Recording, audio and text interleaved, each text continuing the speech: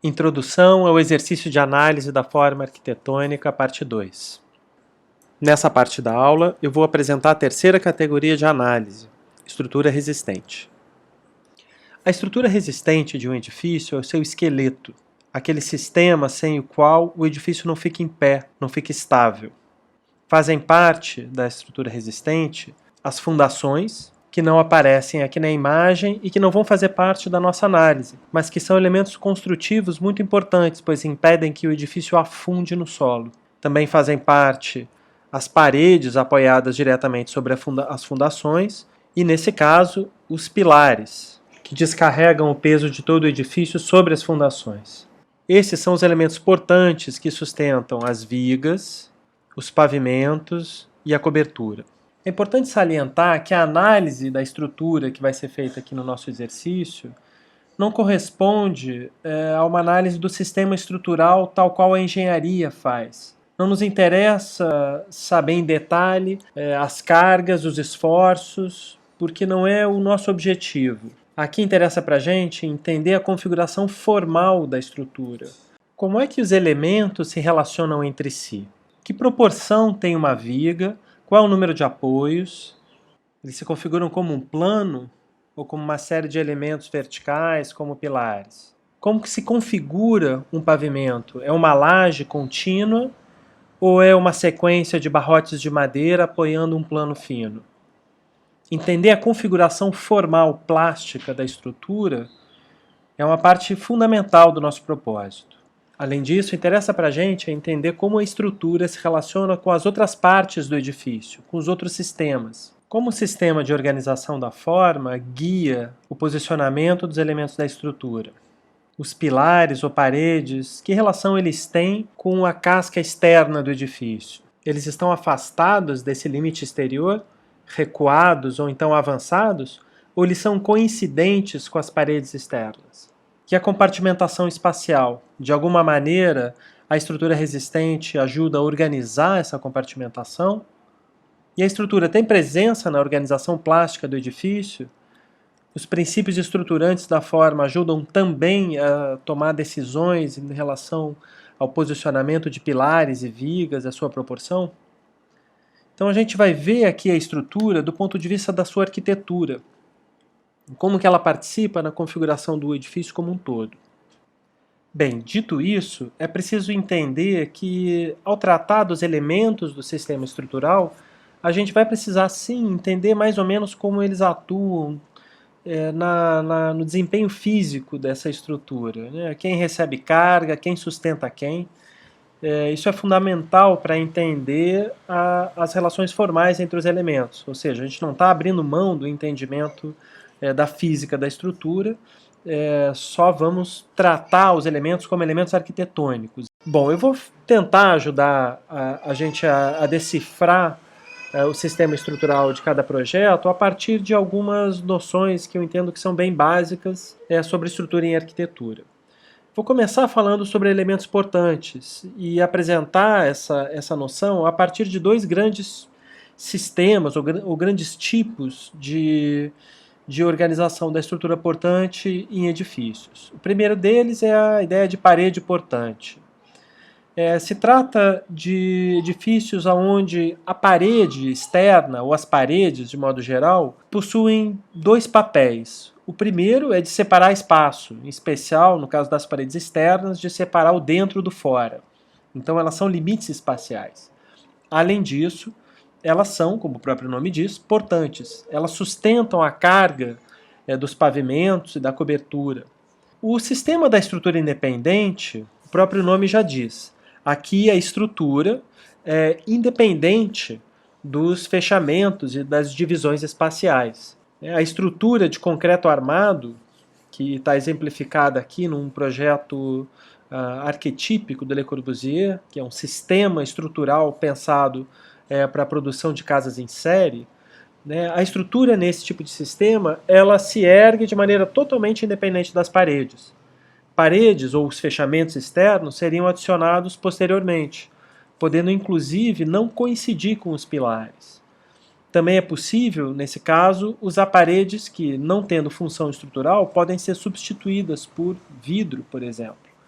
Daí a ideia dessa arquitetura moderna que tem janelas horizontais ou paredes ou planos envidraçados, fazendo a separação entre o dentro e o fora. Todas essas possibilidades são devedoras do funcionamento da estrutura independente, que no caso do exemplo citado aqui, vem da construção de concreto armado, mas que também poderia ser conquistada a partir da estrutura independente de aço, por exemplo. Então eu vou apresentar alguns exemplos de projeto onde a gente entende consequências arquitetônicas desses sistemas. Bom, a discussão dessa diferença é trazida justamente por Le Corbusier, uma série de palestras que ele faz na América do Sul, nos anos 20, fazendo uma defesa da estrutura de concreto armado, da arquitetura moderna, e enaltecendo e destacando as dificuldades da parede portante como sistema estrutural. Se alguém quiser parar, pausar o vídeo e ler, acho que é válido. Ele faz traça uma série de pontos de distinção entre as possibilidades abertas pelo concreto armado, num gesto de propaganda da arquitetura que ele estava promovendo através da sua obra.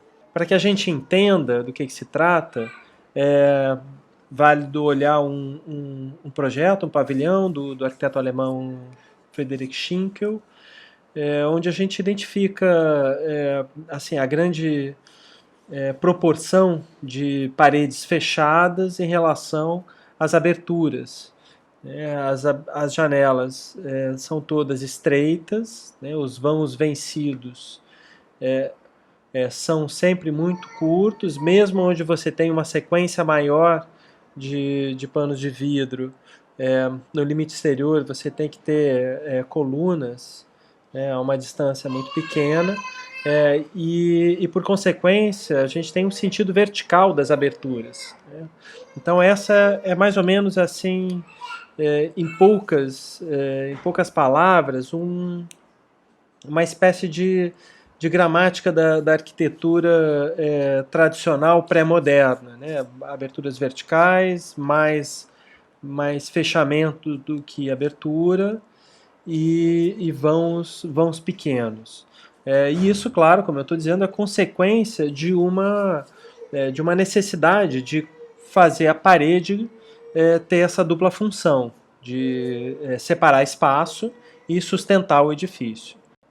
E aqui um exemplo desse mesmo modo de construir fachadas com vãos estreitos, presentes aqui no Rio de Janeiro, na Rua da Carioca, onde a gente já vê um esforço de romper essa casca externa, botando aberturas estreitas lado a lado, para construir maior permeabilidade em relação ao edifício. Mas o sentido da verticalidade das aberturas e os vãos estreitos, os vãos muito pequenos, está aí presente para a gente ver. Bom, o que Le Corbusier tenta promover com essa defesa da estrutura independente é uma nova gramática da forma arquitetônica, ou um novo sistema plástico para a arquitetura que depende, em grande medida, do uso da estrutura independente. Uma das possibilidades que ele enaltece é o uso da janela horizontal, já que a parede não tem a função de sustentar o edifício, é possível rasgar ela horizontalmente, fazendo um grande vão, afinal a estrutura está atrás da parede, está recuada em relação a ela. Outra possibilidade destacada é o uso dos pilotis, ou seja, da estrutura sem quase qualquer tipo de fechamento no pavimento térreo, liberando o solo, recuando o fechamento para uma posição mais interna em relação ao edifício, aumentando a transparência no nível do solo. Quem conheceu e lembra da FAO FRJ sabe que a gente está falando aqui de um vocabulário formal da arquitetura que permanece na cultura, eu diria que até os nossos dias, como uma possibilidade de configuração do edifício, usando a estrutura independente como um sistema de sustentação da edificação. Bom, a adoção da estrutura independente de concreto armado também possibilita, como eu já mencionei, uma desvinculação entre a compartimentação espacial interna, o desenho dos espaços internos e a posição da estrutura. Eu vou usar como exemplo, para falar desse aspecto, essa casa em La Plata, do mesmo Le Corbusier, se chama Casa Curuchet, onde a gente vê uma estrutura composta por uma malha de pilares, colunas, na verdade, de seção circular, e pavimentos formados por lajes sem viga. Elas são lajes, na verdade, com vigas internas, essa laje é meio oca, mas elas são lisas na parte inferior, o que possibilita e facilita o posicionamento de abertura de paredes em diferentes posições. Então aqui a gente vê o pavimento superior, onde estão os quartos dessa casa. Aqui em branco é o desenho da laje nesse pavimento, quer dizer, onde é possível construir. A gente vê que tem perfurações, tem um pé direito duplo aqui nesse espaço que eu estou apontando com o mouse, e também perfuração também na escada. E aqui a gente vê a posição da estrutura dos elementos portantes. E dá para sacar que eles são organizados em uma malha ortogonal, nesse caso com distância de 4,40 metros entre os pilares, se eu não me engano. É o sistema de organização formal do edifício, posicionando a estrutura, os elementos portantes, as colunas, e é importante notar que eles não coincidem com as paredes, na sua maioria, exceto por esse volume aqui da escada exterior. Eu estou chutando que a posição das colunas dos pilares aqui no fundo é essa, não tenho certeza, não aparece, porque o que interessa, na verdade, está explícito, é essa porção aqui. Então, em vermelho, as colunas de seção circular não coincidentes com as paredes. Aqui a posição das paredes fazendo o seu desenho de compartimentação espacial rica em termos de forma, né, possibilitando inflexões e curvas. A gente vê aqui um pouco de uma foto interna do espaço, dá para ver a parte inferior da laje da cobertura, ou seja, a não presença das vigas é o que possibilita também você desenhar a parede na posição que bem entender.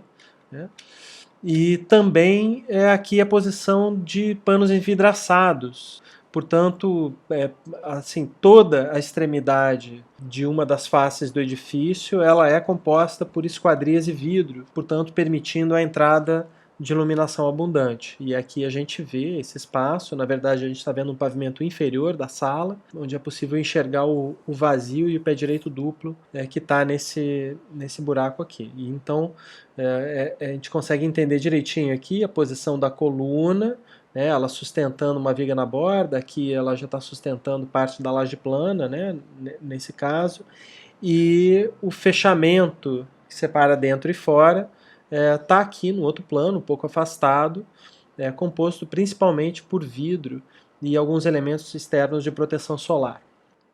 Bom, nesse caso, a gente tem algo que já é uma espécie de combinação dos dois sistemas.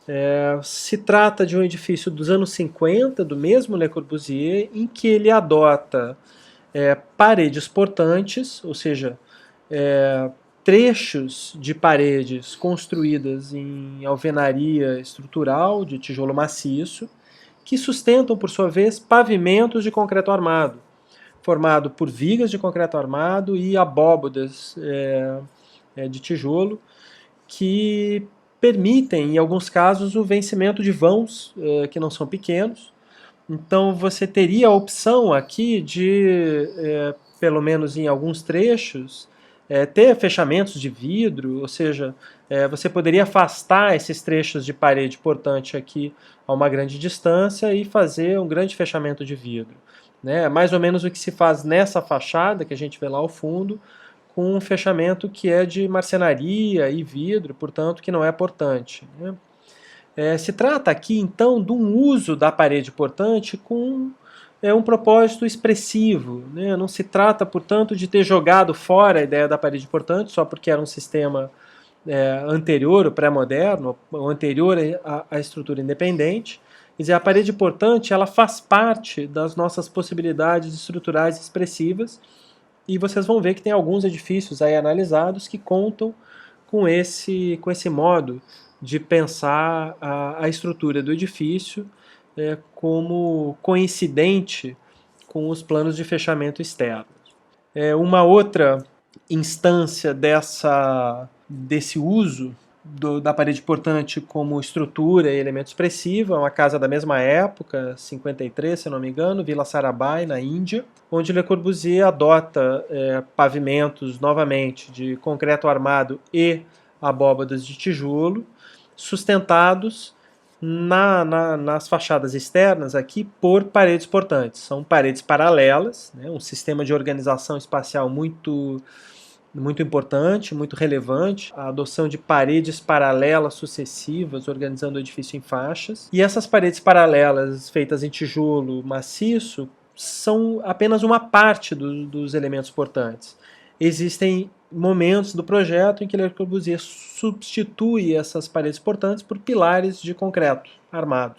E aí a gente vê que a possibilidade aberta pela viga de concreto armado viabiliza a geração de um vão grande. Ou seja, tem aí uma espécie de jogo, de consumo das diferentes possibilidades construtivas, formais, espaciais desse leque de sistemas estruturais que eu estou apresentando aqui para vocês.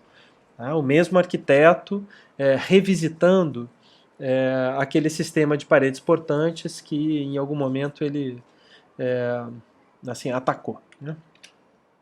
Bom, eu acho que cabe também, nesse momento, trazer para vocês outros sistemas que não são exatamente classificados entre aqueles dois que eu apresentei no início, a parede portante maciça e a estrutura independente.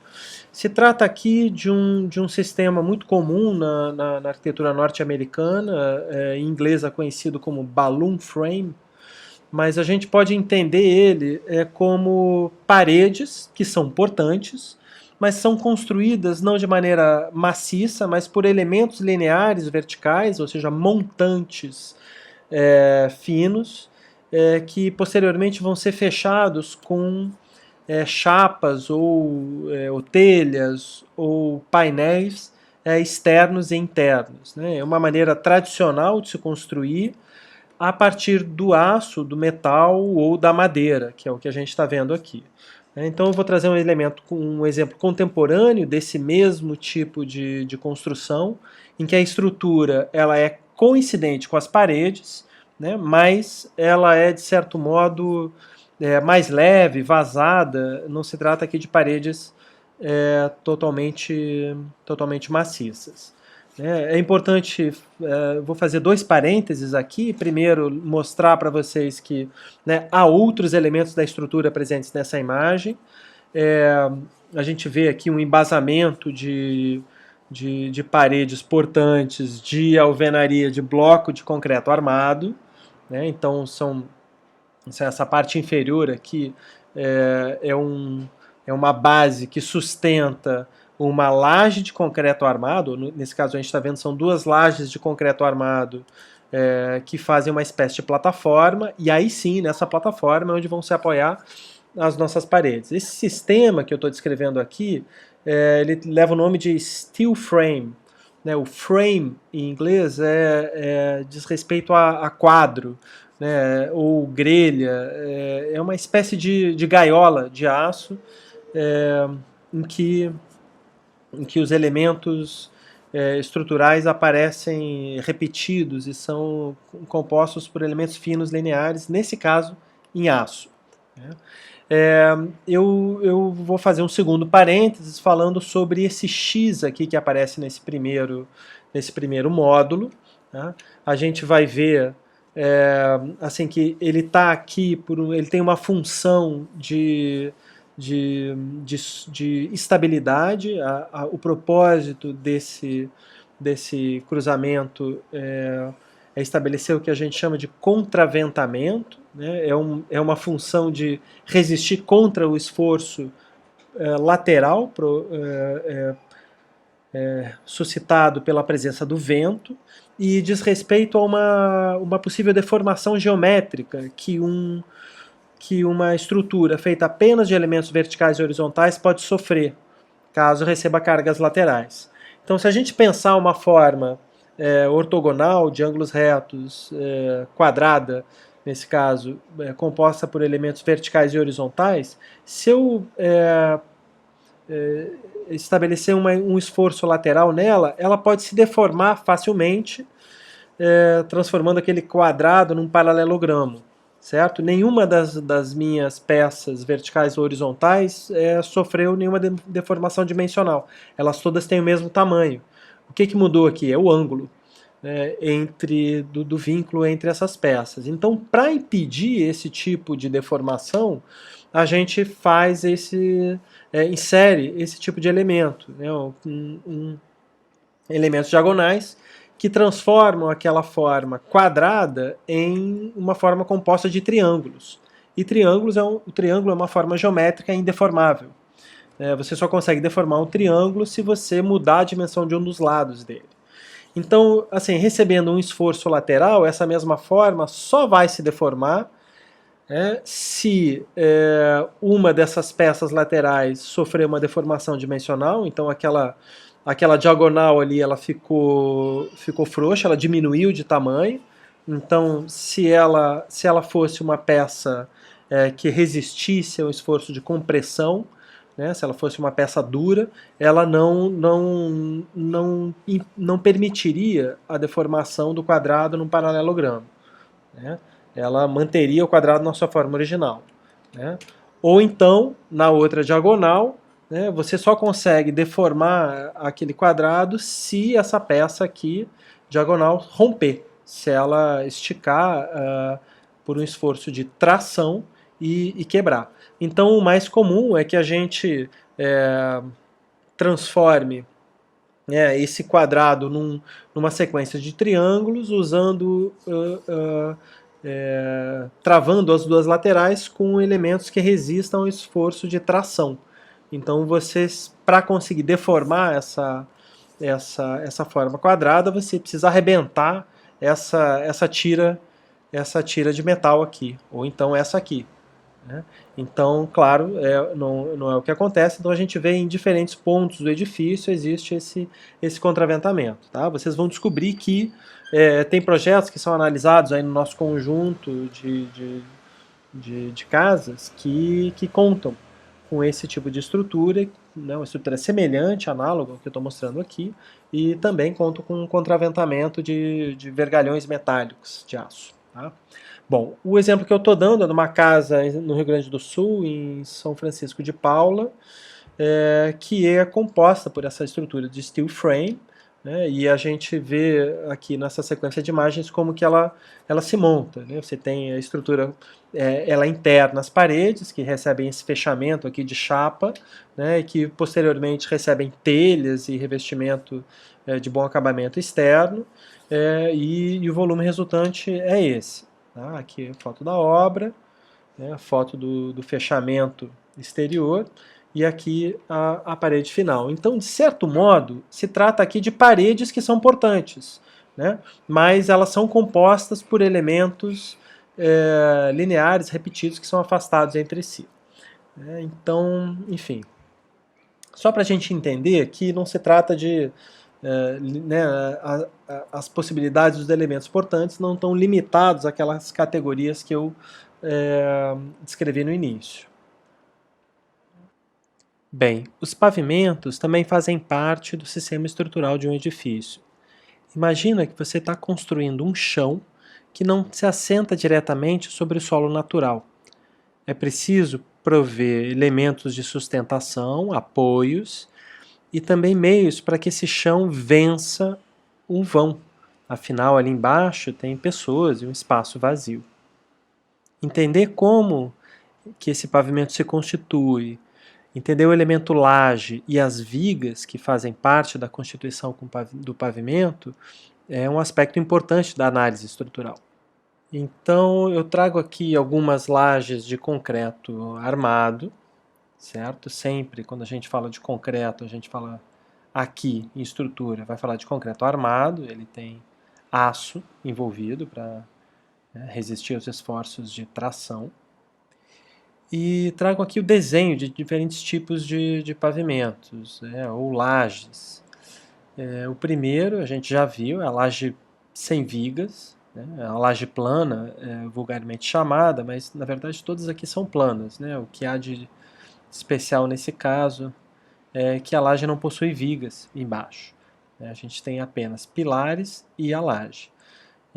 É possível que esse tipo de laje seja maciça, mas é muito comum também que ela tenha ocos, vazios internos, diminuindo seu peso próprio.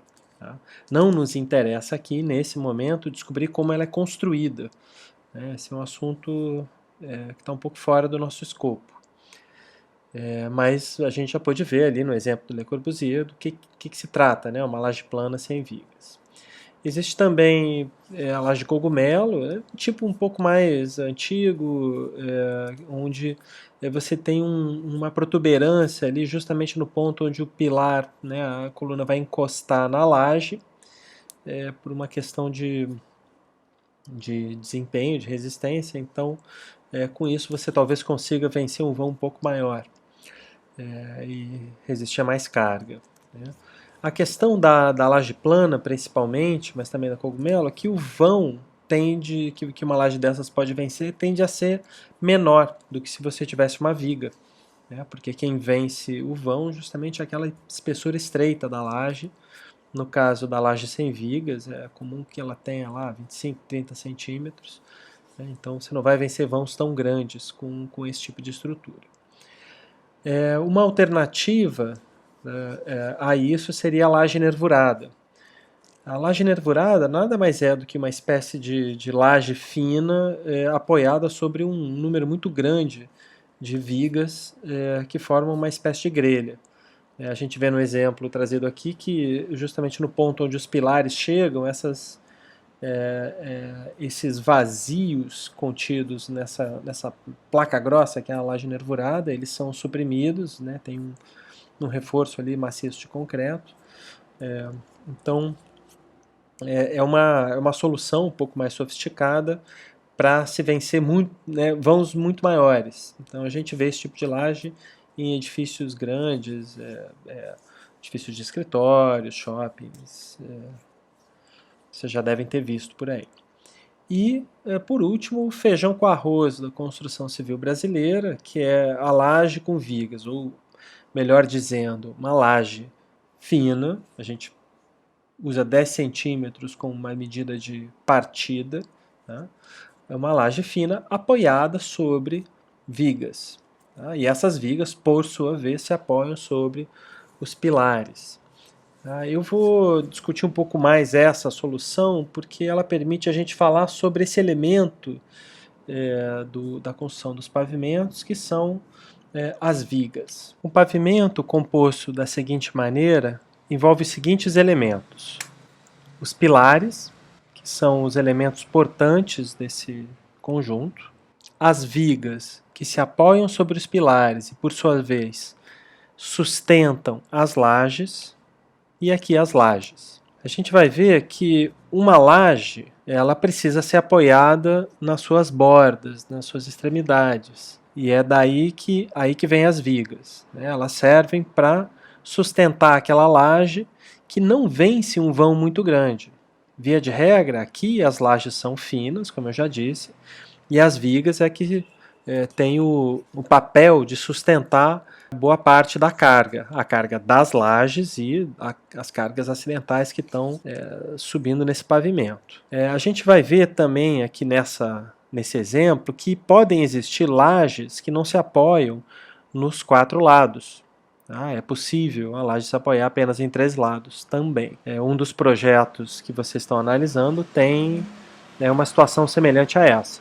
Do ponto de vista das cargas, o pilar sustenta essa carga que está destacada ali, né? 1/4 de cada laje, metade da viga que chega nele. Agora, eu queria destacar um outro aspecto sobre o comportamento de pilares e vigas num arranjo como esse. A ideia é que não é incomum, não é um absurdo que a gente pense esse tipo de situação, onde o apoio constituído pelo pilar não se posiciona exatamente no encontro entre as vigas. O que acontece aqui é que, uma vez que essa viga aqui consiga vencer esse vão e ainda sustentar a carga dessa viga aqui que se apoia sobre ela, tudo bem, basta a gente saber que essa viga consegue aguentar o esforço. E é importante notar que essa outra viga aqui transversal, ela não está vencendo um vão agora que é 2 vezes maior.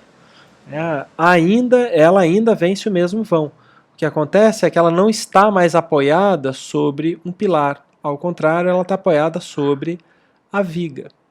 Então é uma viga se apoiando sobre a outra. Esse tipo de lógica permite que a gente entenda que é possível muitas vezes deslocar os apoios que sustentam o elemento viga, o elemento de sustentação das lajes. A partir desse tipo de arranjo, a gente poderia pensar uma situação como essa, em que eu tenho uma das vigas do meu conjunto que não encontra nenhum pilar onde se apoiar diretamente. Onde se apoia essa viga que eu estou destacando aqui? Se apoia nas outras que são transversais. Então o que a gente identifica aqui é uma hierarquia no desempenho das vigas. Existem as vigas primárias, que são aquelas que descarregam sua carga diretamente sobre os apoios, e existem vigas secundárias, que se apoiam não sobre nenhum pilar, mas sobre outras vigas. Esse tipo de arranjo é importante ser compreendido. Alguns dos projetos que vocês estão analisando contêm esse tipo de relação entre as vigas que sustentam o pavimento. E notem que no arranjo como esse, as lajes não mudam em absoluto o seu comportamento. Elas sempre encontram vigas para se apoiar na mesma posição. O que mudou é onde as vigas estão se apoiando, a posição dos pilares. Então apareceu aqui uma viga secundária. Seria interessante que na análise estrutural de você, se houver uma viga secundária, que isso possa ser destacado dessa maneira, se for possível identificar. Bom, então só para a gente entender como é que isso se manifesta dentro de um projeto, de um edifício, de uma maneira bem radical, aqui a gente consegue ver nesse edifício do Paulo Mendes da Rocha em Vitória, um projeto de um museu, você tem o edifício muito extenso, com pouquíssimos apoios, se eu não me engano são 6 apoios, e você vê aqui que esses apoios eles sustentam aqui em cima uma viga gigantesca. Olha só a altura dessa viga, ela tem um pavimento muito alto aqui de altura, ela é muito larga. E por sua vez, essa viga, que é primária, que descarrega o seu peso sobre os apoios, esse pilar aqui também muito robusto, essa viga primária sustenta várias vigas secundárias, que são vigas de aço transversais. Existem também os sistemas de lajes pré-moldadas de concreto armado.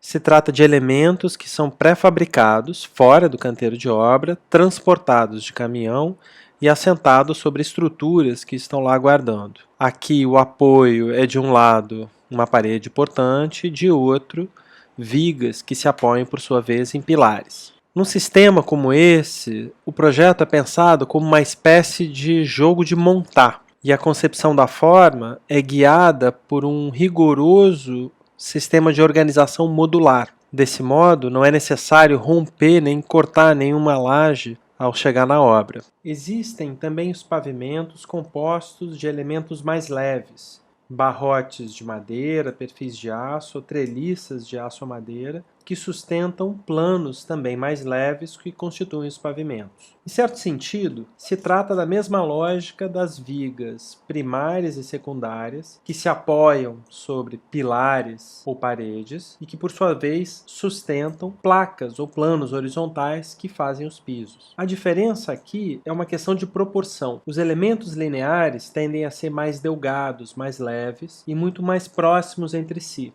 E o elemento plano, muitas vezes, são placas de compensado, ou placas cementícias, ou placas metálicas, que são simplesmente apoiadas ou parafusadas sobre essa cama de elementos lineares sucessivos. A lógica desse tipo de construção muitas vezes passa pela escolha de não se adotar o concreto armado como uma solução construtiva. Uma construção de madeira como essa, por exemplo, é possível ver que a sucessão de barrotes é notável e a distância entre eles é muito pequena. Sobre esses barrotes, ao invés de haver uma laje de concreto armado, existe uma placa cimentícia que tem apenas 4 centímetros de espessura. Essa lógica é muito encontrada em construções antigas, que são anteriores ao uso do concreto armado na construção civil.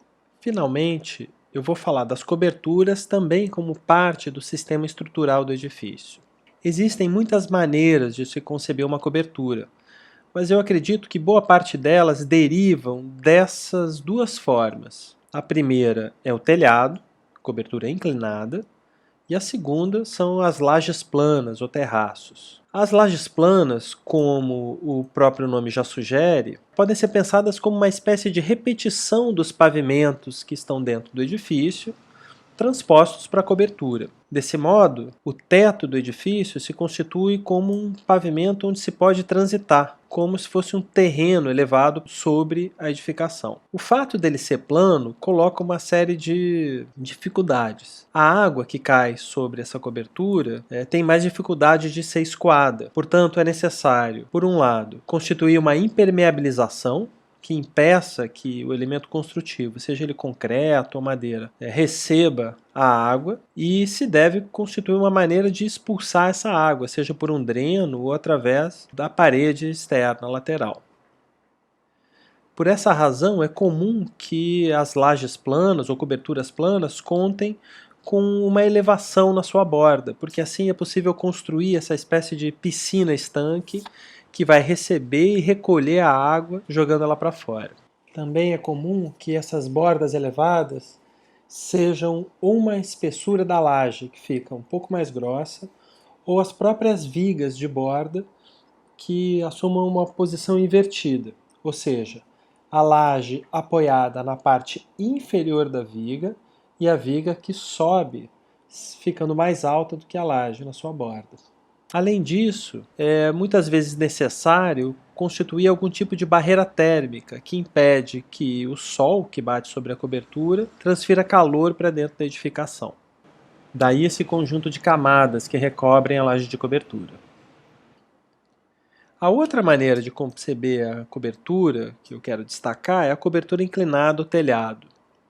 Se trata, claro, da maneira mais tradicional de se pensar uma cobertura, e é importante lembrar que ela responde muito bem à incidência da água sobre o edifício, porque sendo inclinada, ela rapidamente expulsa a água para fora.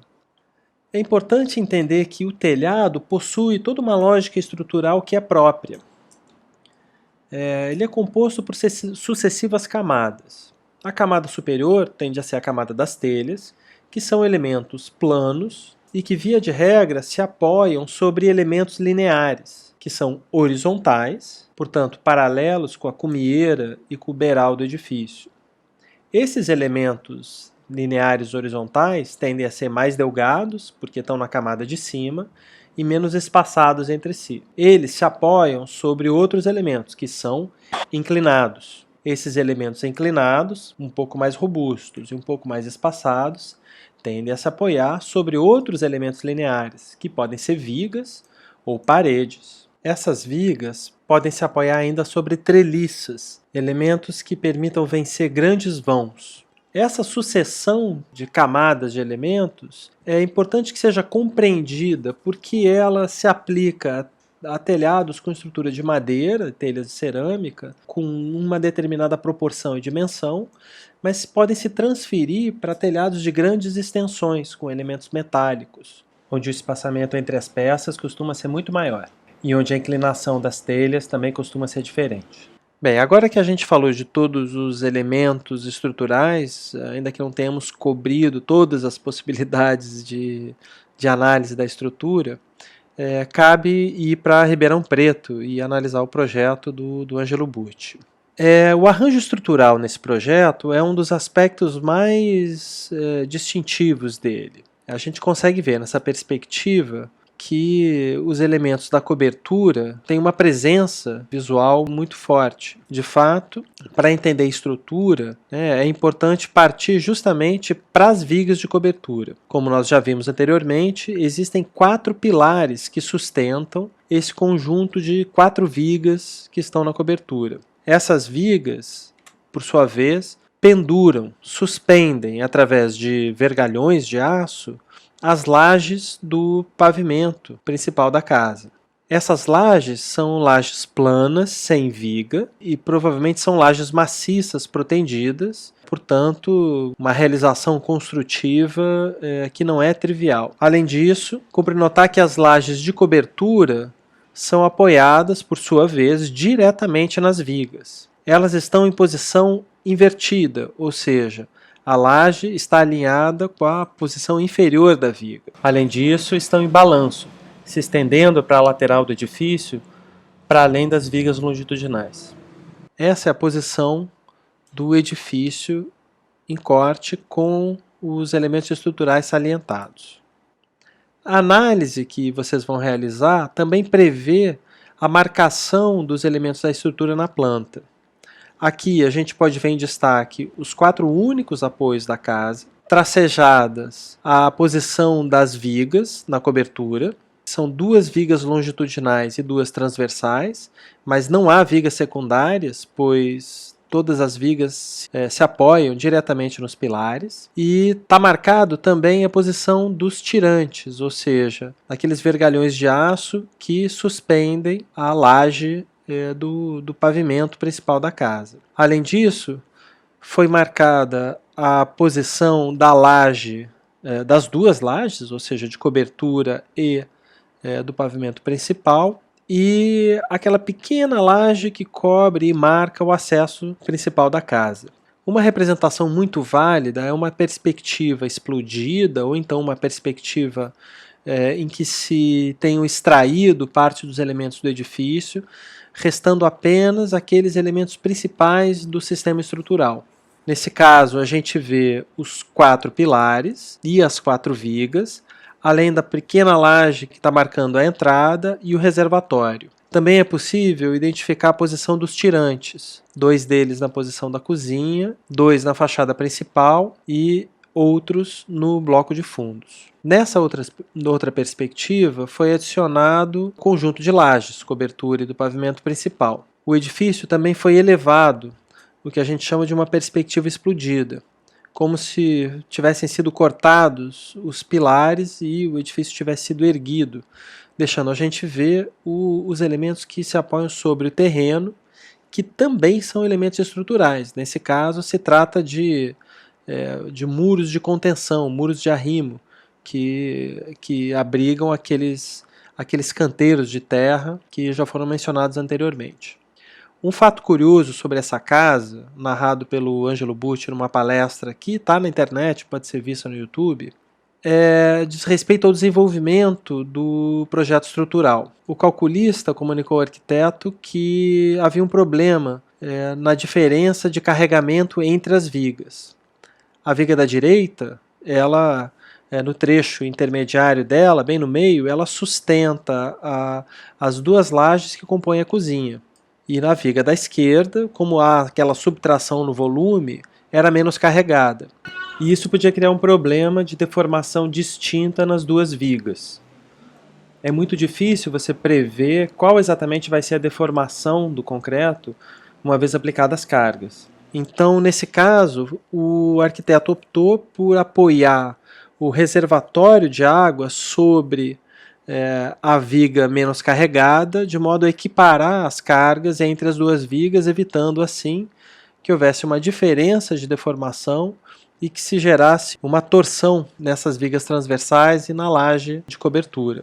Isso é uma espécie também de proeza estrutural, porque de certo modo é contraintuitivo. Normalmente você escolhe apoiar o reservatório sobre um apoio vertical, de modo a descarregar todo o peso da água e do reservatório diretamente sobre a fundação. Nesse caso, deslocar o reservatório para cá provoca em quem percebe o edifício uma certa inquietação, porque é um volume grande, vertical, que parece estar apoiado num lugar de maior fragilidade, por assim dizer. De certo modo, essa percepção de proeza estrutural, de um arranjo estrutural pouco comum, faz parte da expressão estética e da expressão arquitetônica escolhida para esse projeto. A estrutura aqui, mais do que apenas sustentar o edifício, ela é pensada como elemento plástico, elemento visual, e deve ser avaliada, do meu ponto de vista, com essa perspectiva. Além disso, a escolha de concentrar a estrutura em um número limitado de elementos verticais, que atravessam o espaço em poucos pontos, libera as paredes para exercerem outra função que não a de sustentar o edifício. Daí vem as fachadas envidraçadas, as divisórias que não vão até o teto, como a gente vai poder analisar logo adiante. Bom, finalmente, cabe sugerir a vocês que, além de adotar perspectiva e diagramas em planta para apresentar a análise estrutural, a gente vai solicitar que vocês realizem pequenas maquetes explicitando os elementos estruturais.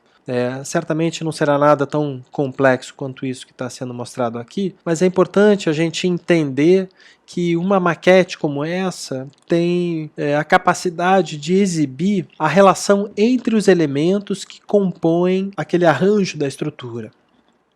Essa é uma maquete do sistema dominó, mencionado no início dessa categoria, e aqui maquetes de projetos que contam com paredes estruturais e elementos lineares de madeira. Nesse caso, todas as vedações e elementos planares que não são estrutura foram totalmente removidos. Bem, eu espero com essa aula ter apresentado a vocês elementos para poder compreender o funcionamento da estrutura e, em alguma medida, a relação do sistema estrutural com o espaço e o arranjo da forma, além de ter sugerido maneiras de vocês apresentarem essas análises da estrutura. Contem com os professores de vocês para mais informações sobre essa categoria de análise que é super importante aqui em CFA2.